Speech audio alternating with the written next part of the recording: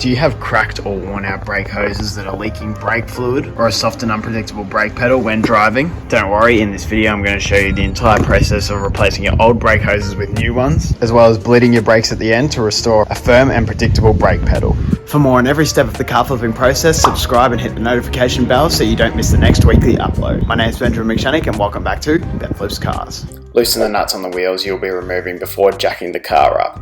Then jack the end of the car up at which you'll be replacing the brake hoses, in my case the front of the car.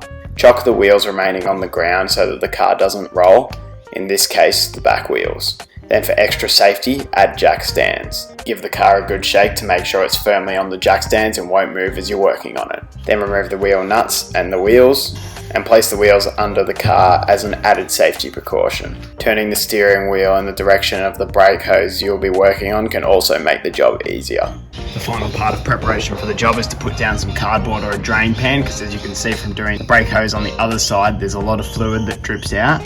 Brake fluid's very corrosive, so you don't want to be getting that everywhere. And after you finish the job, you also want to make sure you clean off any leftover brake fluid, as it can rust the metal in the car, and strip paint. I'll show you how to do that later on with brake cleaner. First you want to pop out this little rubber grommet from its holder. Now unscrew the bolt holding the brake hose to the caliper. Be sure you have cardboard or a drain pan ready underneath, as brake fluid will begin to drip out. Ensure you don't lose the bolt or washer for installing the new hoses later on. There's also another washer on the other side of the brake line. Then go to the top of the brake hose where it connects to the brake line. Unscrew the end of the line from the hose. Pull out this retaining clip with some pliers, and then the end of the hose should just pop off. Once again, be ready to catch the dripping brake fluid. There we go, we can see the old brake line we just removed, how rusty and dusty it all was, how there was cracks emerging in the line, and you can see why it really needed to be replaced compared to our new one. Nice silver and shiny. Let's get to installing it. What's the reason or story behind why you're replacing your car's brake hoses? Let me know in the comments below. Also, if your car suspension bangs and rattles as you're driving over bumps, check out this video up in the corner here afterwards, showing you how to replace your upper and lower control arms and resolving that issue. We'll simply install the new brake lines in the reverse order as to how we remove the old ones. First, slide the new hose onto the end of the brake line and screw it in by hand.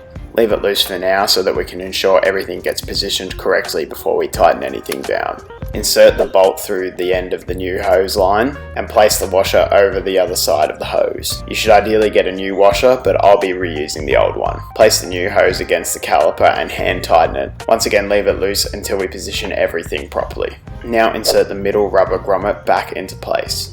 If there's no unnecessary tension on the hose with everything back in place, then we can 1. Put the retaining clip back where the brake line connects to the top of the hose. You may have to give it a few taps to get it in tightly. Then 2. Tighten the end of the line to the hose. 3. Tighten the bolt that holds the hose to the caliper. With everything now installed, we can get our bottle of brake and parts cleaner and just spray down any areas where brake fluid may have dripped onto. With the installation of the brake hoses complete, anytime you disconnect the brake lines or hoses, or in any other situation where air gets into the brake lines, you're going to have to bleed the brakes. Otherwise the brakes may go soft and not work properly. You will need a brake bleeder to bleed the lines, but rather than going out and buying a proper brake bleeder, let me show you how you can make one cheaply and easily. All you need is a clear, empty, big bottle like this one. 500 or 600 ml will do the trick, and you just need it to have a big wide lid like this one as well. And then you just need some clear tubing like this. How big it needs to be will depend on your bleeder valve, but I believe 6mm is going to be big enough for most bleeder valves on most cars. First, drill 2 small holes in the top of the bottle lid. Then increase the size of one of those holes so that it's just big enough for the clear tubing to fit through. The other small hole acts as a vent hole. Insert one end of the tube and push it right to the bottom of the bottle. Finally, cut the other end of the tube so it's long enough for the bottle to be placed on the ground comfortably as you're bleeding the brakes. Now to bleed the brakes, we first want to open the car's bonnet and find the brake fluid reservoir. Take the lid off the top of it and then top it up with brake fluid that's specified to your car.